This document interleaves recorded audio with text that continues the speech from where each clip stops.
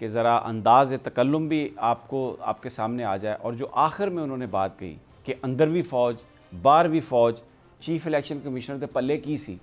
اب یہ کیا بات ہے؟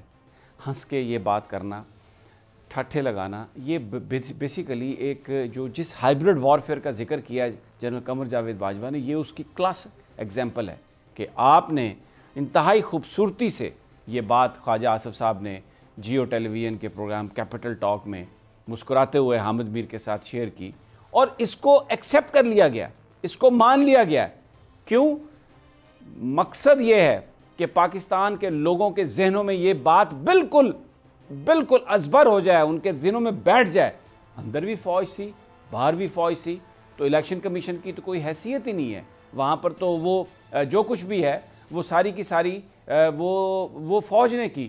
میں اس سے اگلی کہ ان کی کریڈیبلٹی کیا ہے، ان کی گفتگو کو آپ سچ مانیں یا نہ مانیں، یہ میں اگلے 2 منٹ میں آپ سے بات کرتا ہوں. لیکن رانا صاحب، اس پہ یہ جو گفتگو کی جا رہی ہے آج ابھی نندن کے حوالے سے بھی ایک پرانی کہانی کو چھیڑا گیا پارلیمنٹ میں، اور وہ بھی ساری گفتگو میں کچھ حصے اس کے سنواؤں گا.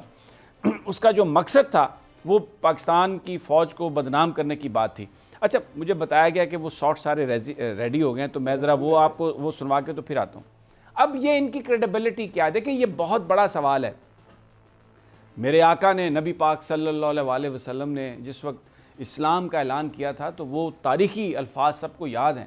جب وہ مکہ میں پہاڑ پر چڑھ کر انہوں نے کہا کہ اگر میں آپ سے یہ کہوں کہ اس پہاڑ کے پیچھے سے ایک فوج آپ پر حملہ کرنے آ رہی ہے تو آپ اس پہ یقین کرو گے؟ تو لوگوں نے کہا کہ آپ اتنے سادے کمین، اتنے سچے آدمی ہیں کہ ہم آپ کی اس بات پر یقین کریں گے. تو میرے آقا نے فرمایا کہ بس پھر اس بات پر یقین کر لو کہ میں اللہ کا نبی ہوں، اور اللہ جو ہے وہ ہمارا رب ہے، وہ ہمارا اللہ ہے. یعنی جو انسان کا کریکٹر ہے، جو جس طرح سے وہ ہیں، وہ بہت ضروری ہوتا ہے کسی بھی بات پر یقین کرنے کے لیے. میں خواجہ آصف صاحب کی آپ کو 2 گفتگویں آپ کو سنواتا ہوں. ایک گفتگو جو انہوں نے اب جس وقت وہ اپنی کسی مصلحت کی وجہ سے ایک سازش کے تحت مذاکرات کی طرف بڑھ رہے ہیں، ذرا وہ سنیے جس میں وہ پاک فوج کی وہ تعریف کر رہے ہیں. ذرا پہلے یہ گفتگو میں آپ کو سنا دیتا ہوں.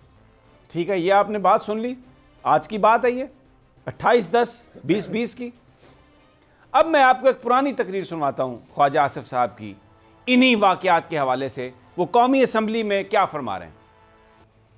یہ وہ اس گروپ کے نمائندے ہیں خواجہ آصف صاحب جن کے قائد نواز شریف صاحب ہیں، جو اپنی ہر تقریر میں پاکستان کی فوج کو، پاکستان کی فوج کے سربراہ جنرل قمر جاوید باجوہ کو، ISI کے سربراہ جنرل فیض حمید کو، جو ان کے اوپر الزامات لگاتے ہیں، جس طرح کی ان کے اوپر گفتگو کرتے ہیں، یہ ان کے ساتھی ہیں، اس گروپ کے ساتھی ہیں. میں نے یہ دونوں چیزیں آپ کو سنوائی ہیں. اب وہ ہم نے جو گفتگو تھی وہ غلطی سے پہلے ہم نے وہ چلا دی تھی. اب اس ساری گفتگو میں جو آپ سے کہی ہے کہ بنیادی طور پر یہ جو اس وقت جو دباؤ ڈالنے کی کوشش کی جا رہی ہے، جو ڈیوائیڈ ایک ڈالنے کی کوشش کی جا رہی ہے فوج کے اندر، کہ اتنا زیادہ تنقید کریں آپ پاکستان کی فوج کی لیڈرشپ پر، اور پھر منافقت سے یہ کہیں کہ ہم کسی ادارے کے خلاف نہیں ہیں، تاکہ اس ادارے کے اندر تفریق پیدا ہو. جب بھی کسی ادارے میں تفریق ہوتی ہے وہ ڈس انٹیگریٹ ہوتا ہے، وہ ایویپوریٹ ہو جاتا ہے. یہی امریکہ چاہتا ہے، یہی بھارت چاہتا ہے کہ پاکستان کی فوج وہ واحد انسٹیٹیوشن ہے جو ابھی تک انٹیکٹ ہے، جہاں پر کمانڈ اینڈ کنٹرول انٹیکٹ ہے، اور جس نے ابھی تک پاکستان کی طرف کسی نے بھی اگر میلی نظر سے دیکھا تو انہوں نے ان آنکھوں کو کھینچ لیا. ابھی نندن کے ساتھ جو ہوا وہ سب کو پتہ ہے، پورے بھارت کو پتہ ہے. آج ابھی نندن کے حوالے سے بھی انہوں نے بات کی. ایاز صادق صاحب نے ایک بڑی ایسی گفتگو کی جس پر میں شرمندہ ہو گیا ہوں اس کو سن کے، کہ ان کو یہ نہیں کرنی چاہیے تھی. وہ بھی میں آپ کو سنواتا ہوں.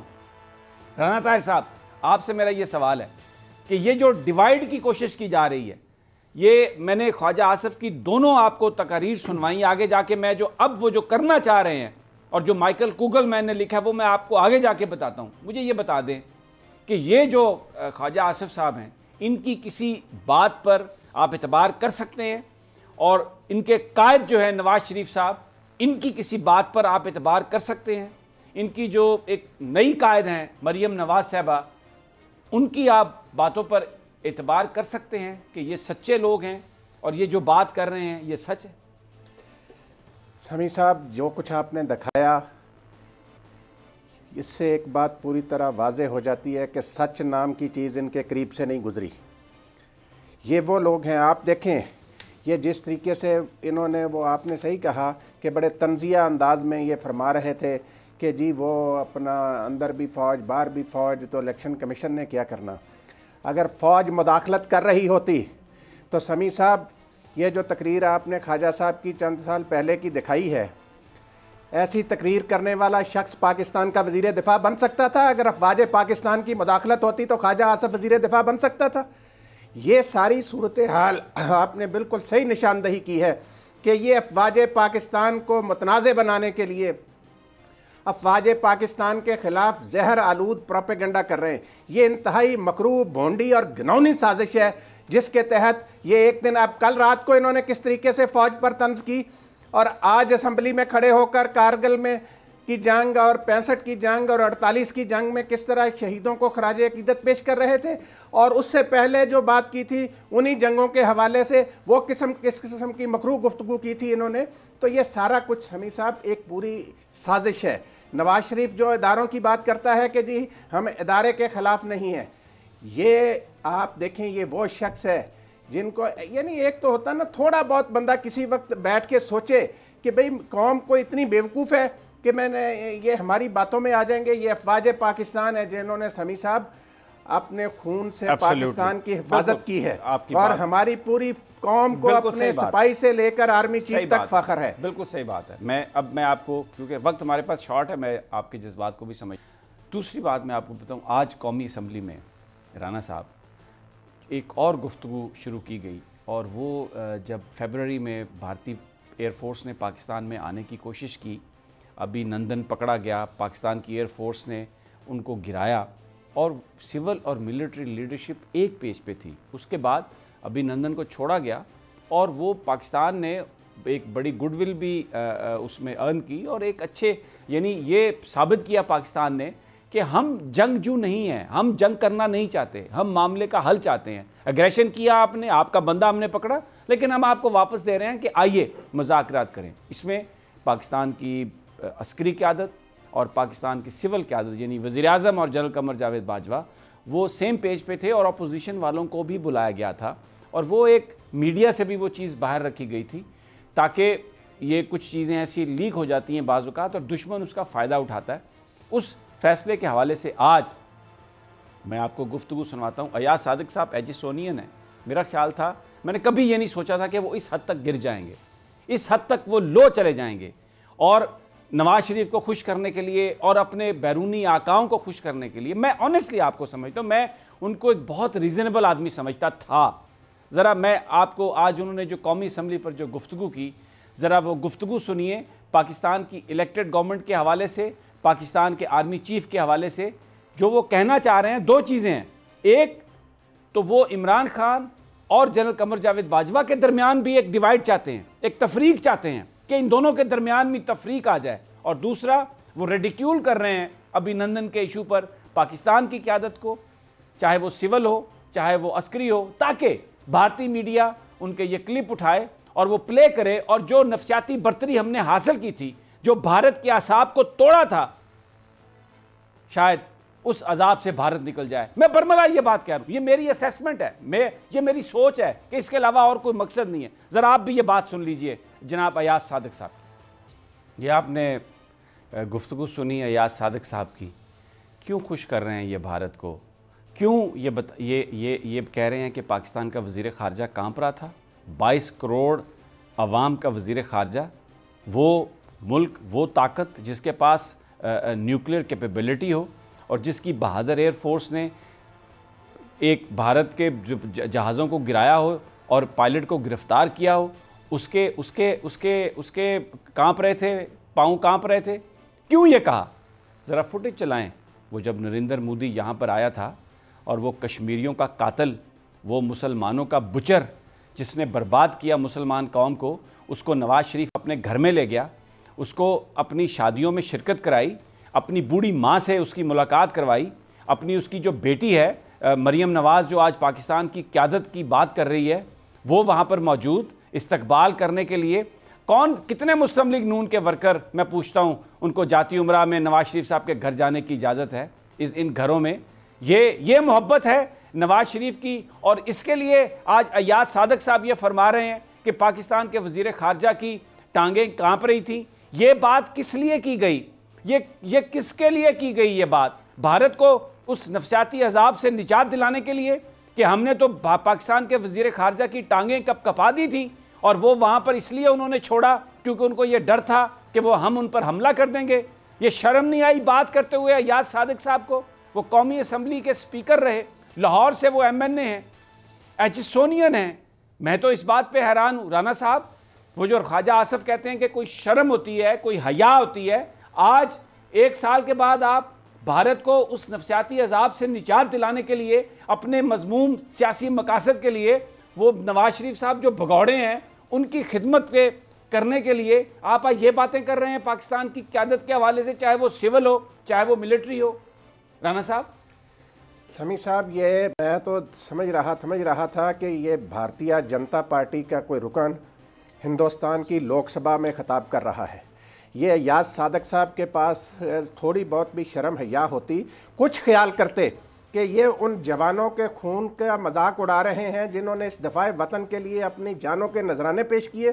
ان کو کوئی حیا نہیں آئی کہ پاکستان کی بہادر افواج اور پاک فضائیہ نے جس طریقے سے دشمن کو ناکوں چنے چبوائے اس دن, یہ اس بات کا کس وقت اس سے یہ دیکھیں یہ کیا کہنا کیا چاہتے ہیں. یہ آپ نے بالکل صحیح کہا, یہ مودی کی الیکشن کمپین کر رہے ہیں, یہ مودی کی مقبولیت بڑھانے کے لیے ایاز صادق نے یہ بات کی ہے, مودی کو سیاسی فائدہ دینے کے لیے یہ بات ایاز صادق نے کی ہے تاکہ وہ یہ کلپ وہاں کے ٹی وی جو ہیں چلائیں کہ یہ دیکھیں پاکستان کی نیشنل اسمبلی میں کیا کہا جا رہا ہے. سمیع صاحب, وہ پاکستان کی بھارت یہ جرت ہی نہیں کر سکتا. یہ دیکھیں ان کی اوقات کیا تھی جو کہتا کہ جی ہمیں کہا گیا کہ اسے جانے دی جائے. بھئی تم کیا کر سکتے تھے؟ تم روک سکتے تھے. وزیر اعظم عمران خان ہے, پاک فوج کے سربراہ جنرل قمر جاوید باجوہ, تمہاری اوقات کیا ہے؟ تم کیا اجازت دے سکتے تھے؟ یعنی شرم نہیں آتی اس قسم کی بیہودہ گفتگو کرتے ہوئے نے, اور پاکستان کے منتخب نمائندوں کے ایوان میں کھڑے ہو کر اس قسم کی شرمناک گفتگو کرتے ہیں. مجھے یہاں پر رانا صاحب مجھے ایک بریک پر جانا ہے. ناظرین گفتگو جاری رکھیں گے اور میں آپ کو مائیکل کوگلمین کا وہ کالم بھی دکھاؤں گا جس میں وہ بیسیکلی یہ جو ساری سازش ہے یہ مکمل طور پہ بے نقاب ہو جاتی ہے, اور پھر میں آپ کو نون لیگ کے لیڈرز کی گفتگو بھی سنواؤں گا کہ اب وہ چاہتے کیا ہیں اور یہ سب کچھ کر کے وہ کیا اچیو کرنا چاہتے ہیں. لیکن یہ سب ایک چھوٹے سے وقفے کے بعد.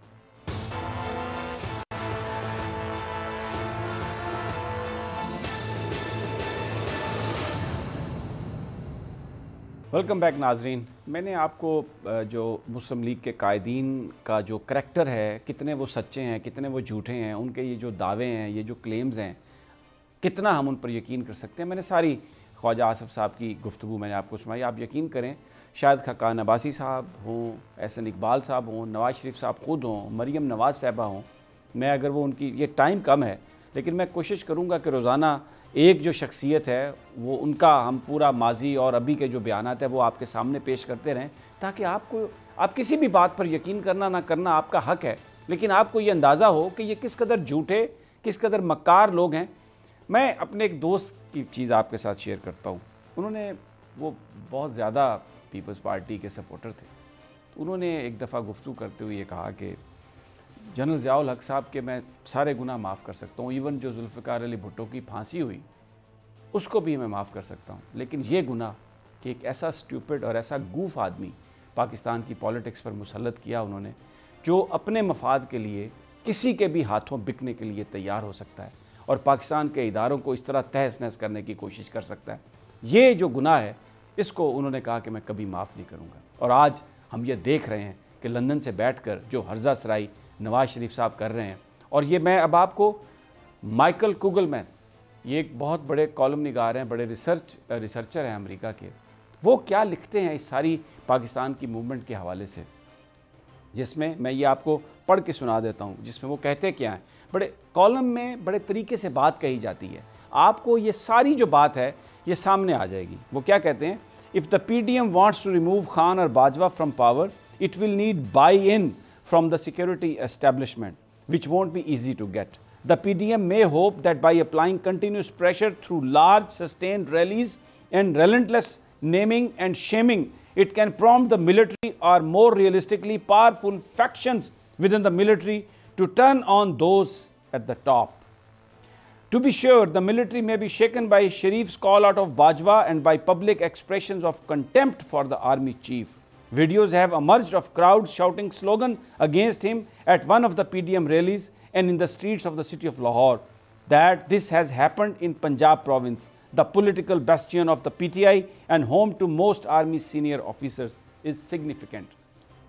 یہ ہے وہ سازش, یہ ہے وہ بات جو امریکن اب کہہ رہے ہیں کہ پی ڈی ایم جو یہ کرنا چاہ رہی ہے. کیا کرنا چاہ رہی ہے؟ آپ جنرل باجوہ کو گالی دیں, آپ جنرل فیض حمید کو برا بھلا کہیں, پاکستان کی آرمی کو برا بھلا کہیں, تاکہ پاکستان آرمی کے اندر یہ آواز اٹھے کہ جناب یہ کیوں سب کچھ ہو رہا ہے. اور کیونکہ اس کے اب یہ بیسیکلی مشن ہے, یہ مائیکل کوگل مین نے بڑے طریقے سے یہ بات کی ہے, یہ مشن ہے ان کا اپوزیشن کا, جس کے حوالے سے یہ ساری گفتگو کی جا رہی ہے. اور پھر اس کے نتیجے میں کیا ہو سکتا ہے, جو اب میں آپ کو خواجہ آصف کی وہ گفتگو جو میں نے پہلے آپ کو سنوائی وہ میں آپ کو سنوانا چاہتا ہوں, آپ کو سمجھ آ جائے گی کہ یہ سب کچھ اس لیے کر رہے ہیں کہ ہمارے ساتھ ڈائلاگ ہو, اس لیے کر رہے ہیں کہ نواز شریف صاحب کے ساتھ گفتگو ہو, تاکہ معاملہ جو ہے وہ ان کے جو مقدمات ہیں وہ واپس ہوں, ان کو پالیٹکس کرنے کی اجازت ہو اور پاکستان کی فوج کمزور ہو, تاکہ یہ پتہ چل سکے کہ اپوزیشن جو ہے جب انہوں نے ایک الائنس بنایا, جب یہ سڑکوں پہ نکلے, اور یہ بہت سارے ٹویٹس میں سوشل میڈیا پہ ہے جو لاہور میں شہباز شریف کی پیشی کے وقت جس طرح جنرل قمر جاوید باجوہ کے خلاف نعرے لگائے گئے, ہم نے سنوائے, میں دوبارہ وہ سنوانا نہیں چاہتا کیونکہ وہ پلید زبان ہے, ناپاک زبان سے وہ جو باتیں کہی گئی ہیں ہمارے سپہ سالار کے حوالے سے, ہماری اس فوج کے سالار کے حوالے سے جو پاکستان کو بچانے کے لیے دن رات کھڑی ہے, اپنی جان کے نذرانے دے رہی ہے. میں وہ گفتگو دوبارہ سنوانا نہیں چاہتا, لیکن پی ڈی ایم کی ریلیز میں, نون لیگ کی ریلیز میں جو جنرل باجوہ کے بارے میں نعرے لگتے ہیں, جو جنرل فیض حمید کے بارے میں نعرے لگتے ہیں, وہ در حقیقت پاکستان کی فوج کے, اور یہ منافقت ہے ان کی, یہ کہنا کہ جناب نہیں فوج میں تو بڑے آفیسرز ہیں, ہم ان کو سلام پیش کرتے ہیں, اس سے بڑی زیادہ منافقت نہیں ہو سکتی جو یہ منافقت کرتے ہیں. تو بیسیکلی یہ چیزیں حاصل کرنا چاہتے ہیں, اس طرح سے ڈیوائیڈ کرنا چاہتے ہیں. اب میں خواجہ آصف کی یہ گفتگو میں آپ کو دوبارہ سنوا دیتا ہوں کہ یہ سب کچھ ہے کیا, کہ ایک ڈائلاگ ہو سکے, ایک بات ہو سکے. جو عمران خان کہتا ہے کہ نہیں این آر او دوں گا, جو عمران خان کہتا ہے کہ میں بات نہیں کروں گا, یہ جو بات کرتے ہیں کالمز میں, یہ جو بات کرتے ہیں پروگرامز میں, کہ سب کو ساتھ لے کے چلیں, سب کو مل کر چلیں, کیونکہ یہ چاہتے ہیں کہ عمران خان ان کے ساتھ بیٹھے بات کرے, اور جب بات ہو جائے گی, معاملات وہ ختم ہو جائیں گے, تو ہم پورا ساتھ تعاون دینے کے لیے, تعاون کرنے کے لیے تیار ہے. رانا صاحب, اگر سویلین لیڈ رول کی بات ہو رہی ہے تو اداروں کے درمیان کس چیز کا ڈائلاگ, فوج کے ساتھ کس چیز کا ڈائلاگ, جنرل قمر جاوید باجوہ جن پر یہ الزام لگاتے ہیں کہ انہوں نے اپنی حدود سے تجاوز کیا, ان سے کس بات کا ڈائلاگ, پھر سویلین لیڈ رول کہاں گیا, چاہتے کیا ہیں؟ یہ سویلین لیڈ رول والی جو بات ہے نا, یہ بھی اس کی بھی کوئی حیثیت نہیں, یہ صرف ایک جھوٹ بولتے ہیں نا, ڈھکوسل مکاری ہے. دیکھیں کوئی لیڈ رول جو ہے وہ دستور کا ہوتا ہے, آئین کا ہوتا ہے, اور یہ کہتے ہیں کہ میاں صاحب کہتے ہیں کہ صرف آئین کی بالادستی, یہ آئین کی بالادستی ہے. نواز شریف صاحب حکومت کرتے رہے اور ہر چیز منمانی کرے, یہ آئین کی بالادستی. مجھے آج ایک بندہ کہہ رہا تھا, کہتا ہے میاں صاحب کی بیماری جو ہے نا اس کا ایک ہی علاج ہے, ورنہ یہ لا علاج رہے گی. میں نے کہا وہ کیا؟ کہتا ہے ان کو وزارت عظمیٰ کی کرسی پر بٹھا دیں. سمیع صاحب, یہ اس کرسی کے حصول کے لیے آپ دیکھیں یہ کس منہ سے بات کر رہے ہیں کہ ڈائلاگ کیا جائے. ایک ایسا شخص جس کو عدالت عظمیٰ کہہ چکی ہے کہ یہ قومی اسمبلی سے جھوٹ بولا, پارلیمنٹ سے جھوٹ بولا, عوام سے جھوٹ بولا, عدالت سے جھوٹ بولا, اس کے ساتھ ڈائلاگ کیا جائے. یہ تو سارا ایک مسئلہ آ کے بات وہیں ختم ہوتی ہے کہ ان کو کوئی ٹھیکہ ملا ہوا ہے کسی غیر ملکی طاقت سے, یہ اس کے ٹاؤٹ بنے ہوئے ہیں کہ افواج پاکستان کے خلاف پروپیگنڈا کرنے کے لیے یہ استعمال ہو رہے ہیں. یہ سوچنے کا وقت ہے مسلم لیگ نون کے کارکنوں کے جو قائد اعظم کا نام لیتے ہیں. یہ وہ لوگ ہیں, آپ دیکھیں نا کس قدر آگے وہ قائد اعظم ثانی اس نے اپنے آپ کو بنوانا شروع کر دیا تھا جب پہلے وہ وزیر اعظم تھے نواز شریف صاحب. ان کی بیٹی اپنے آپ کو مادر ملت لکھوا رہی ہے. یعنی یہ اپنے آپ کو, سمیع صاحب, یہ پاکستان کی فوج کو نا دیکھو, مومن ایک سوراخ سے 2 دفعہ نہیں ڈسا جاتا. یہ پاکستان کی فوج کو سوچنا چاہیے کہ یہ لوگ ہیں ان کو بار بار موقع دیے گئے. اچھا جی میں آپ کو یہ کتنی دفعہ ڈسیں گے اس ملک کو؟ اچھا جی میں آپ کو ایک اور گفتگو میں سنوانا چاہتا ہوں خواجہ آصف صاحب کی. پہلے میں نے آپ کو ایاز صادق صاحب کا سنایا, خواجہ صاحب کے بہت ساری گفتگو سنوائی, ابھی ان کی ایک گفتگو اور جو آج انہوں نے اسمبلی کی ابھی نندن کے حوالے سے, ذرا یہ گفتگو بھی. خواجہ آصف صاحب دیکھیں یہ بات درست ہے محترم وزیر کی کہ وہاں پہ جو گیدرنگ تھی وزیر اعظم صاحب نے وہاں پہ آنا تھا. ایک گھنٹہ جو ہے وہاں پہ انتظار ہوتا رہا کہ وزیر اعظم صاحب اس عمارت میں موجود تھے لیکن کمیٹی روم نمبر 2 میں وہ نہ آئے. آرمی چیف نے جنرل قمر باجوہ صاحب نے وہاں پہ یہ بریفنگ دی اور ابھی نندن کے ریلیز کرنے کے ضرورت پہ زور دیا اور اس بات کا امپریشن دیا گیا کہ اس کے کی اپیزمنٹ کا کوئی نہ کوئی جو ہے مثبت اثرات جو ہے بھارت کی طرف سے آئیں گے. آج کیوں ابھی نندن کا ایشو ہم اٹھاتے ہیں یا اپوزیشن اٹھاتی ہے, ساری پارٹیز اٹھاتی ہیں, میڈیا اٹھاتا ہے, عام آدمی اٹھاتا ہے کہ آپ ابھی نندن کا جو قدم آپ نے اٹھایا, آپ نے ایک مثبت جو اس کے رسپانس تھا اس کی طرف اشارہ کیا کہ بھارت کے ساتھ تعلقات جو ہے وہ ٹینشن کم ہوگی. لیکن اس کے بعد آپ ابھی نندن کی رہائی کے بعد جو آپ نے یہ انویسٹمنٹ کی ہندوستان اور پاکستان کے ریلیشن شپ میں, اس کے ریٹرنز کیا ہے؟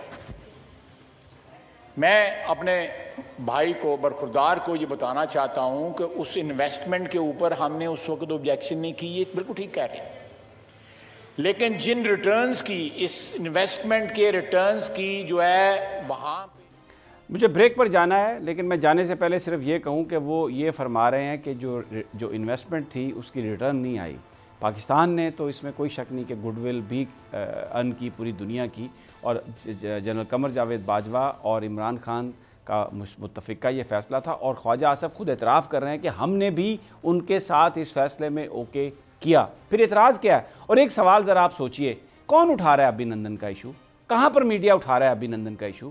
یہ ساری جو پاکستان فوج کی بیشنگ ہے یہ تو نون لیگ کی قیادت کر رہی ہے. پاکستان کا میڈیا یا عوام تو اس مسئلے کو نہیں اٹھا رہا.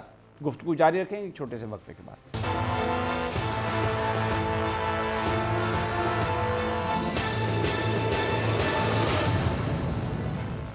Welcome back.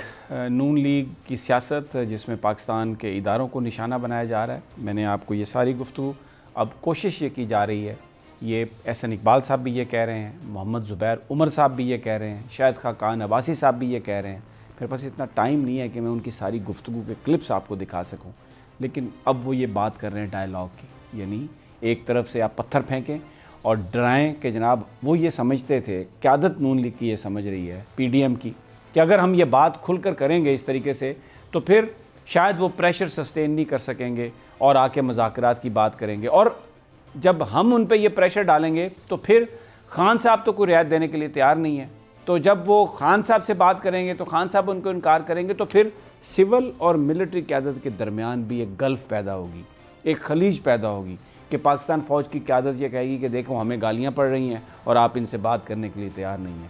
یہ ایک دیوانے کا خواب ہے, یہ ایک مجنوں کا خواب ہے, یہ ایک ایسی بے وقوفانہ سوچ ہے. پاکستان کی فوج ایک ڈسپلنڈ ادارہ ہے اور وہ پالیٹکس میں ڈریگ نہیں کرتے.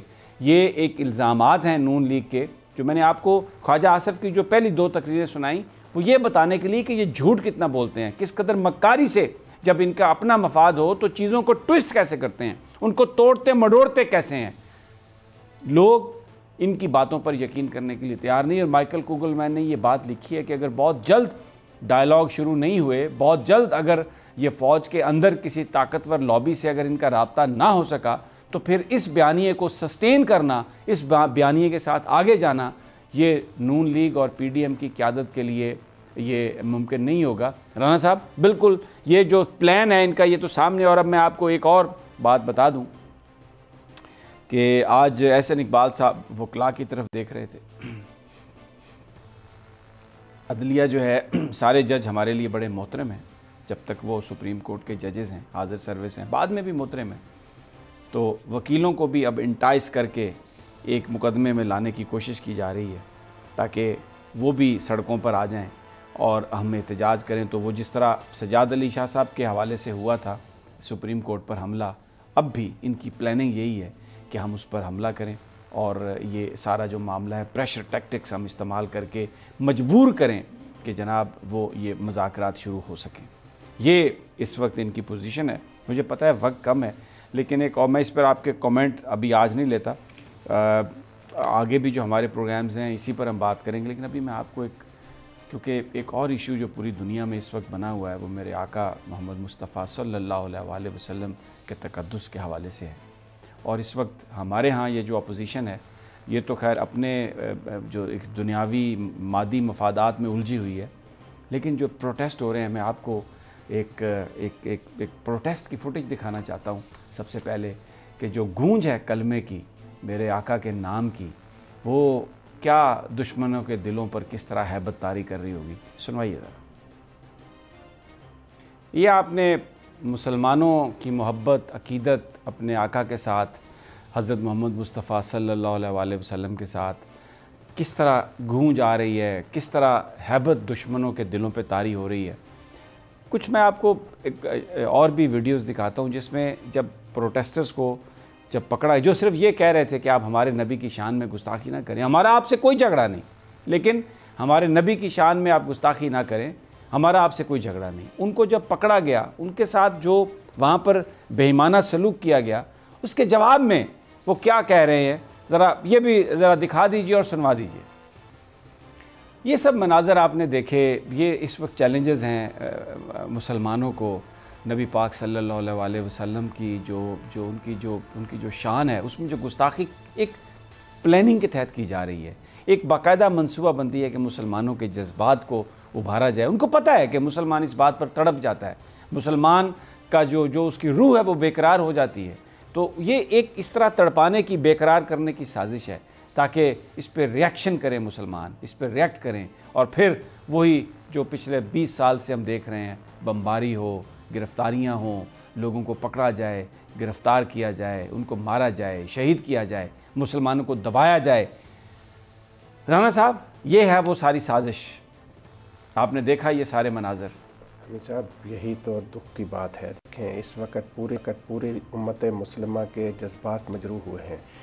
دیکھیں یہ نہیں ہے کہ کوئی پاگل آدمی جو ہے، یہ صحیح کہا ترک صدر نے کہ یہ فرانس کے صدر کا بھی دماغی معائنہ ہونا چاہیے۔ بے شک وہ فرانس کا صدر بن گیا، لیکن اس کو اتنا خیال نہیں کہ وہ کس قسم کی ہرزہ سرائی کر رہا ہے، اور اس نے دنیا میں فساد برپا کرنے کی کوشش کی ہے۔ یہ فرانسیسی صدر سب سے بڑا دہشت گرد ہے جو اس قسم کے سمیع صاحب، یہ کوئی چھوٹی بات نہیں ہے، یہ غیر معمولی اقدام کی اس حوالے سے OIC کی طرف سے ہونا چاہیے فرانس کے خلاف۔ OIC کا اجلاس وزرائے خارجہ چھوڑ سربراہوں کا اجلاس ہونا چاہیے، وہ فیصلہ کریں، ساری اسلامی کانفرنس فیصلہ کرے کہ ہم فرانس کے ساتھ اپنے تعلقات منقطع کرتے ہیں۔ یہ جو ظلم کا سلسلہ ہے رانا صاحب، یہ بڑھتا جا رہا ہے۔ یورپ کے شہروں میں لوگ نکل آئے ہیں، سڑکوں پہ نکل آئے ہیں، اور وہ کیونکہ آگے سے ہٹ درمی دکھائی جا رہی ہے، ان کی جو پروفائلنگ کی جا رہی ہے، پکڑا جا رہا ہے، جس طرح یہ تشدد، اور آپ نے دیکھا قرآنی آیات لوگ پڑھ رہے ہیں، یعنی یہ ایک پورا اس کو انہوں نے اس ایشو میں تبدیل کر دیا ہے، کیونکہ اس وقت ان کے پاس طاقت ہے، حکمرانی ہے، اور وہ مسلمانوں کو مسلنا چاہتے ہیں۔ ہمارے جو حکمران ہیں وہ پپٹس ہیں، وہ ان کے سٹوجز ہیں، یہاں پر جو لیڈران ہیں وہ انہی کی طاقتوں کی لڑائیاں لڑ رہے ہیں۔ وہ پاکستان کے جیسے یہ مسلمان ملک ہے، فوج ہے، ISI ہے، پوری دنیا میں اس کی دہشت ہے، اس کو توڑنے کی کوشش کر رہے ہیں۔ باہر بھی ایسے ہی ہو رہا ہے، تو یہ تو اندر سے باہر سے ہر طرف سے دشمن حملہ آور ہے رانا صاحب۔ سمیع صاحب، دشمن کا حملہ آور ہونا جو ہے، دشمن کے دانت تو پاکستان نے کئی دفعہ کھٹے کیے، اور اب عالم اسلام کو نشانہ بنایا گیا ہے، پوری امت مسلمہ کو چیلنج کیا ہے فرانس کے صدر نے۔ تو اس پر سمیع صاحب، یہ ان سارے سربراہوں کو امت مسلمہ کے، جو کشمیر کے مسئلے پر تو ان کی زبانیں گنگ ہو گئی تھیں، اب اس مسئلے پر اگر یہ خاموش رہے تو انہیں کبھی امت معاف نہیں کرے گی۔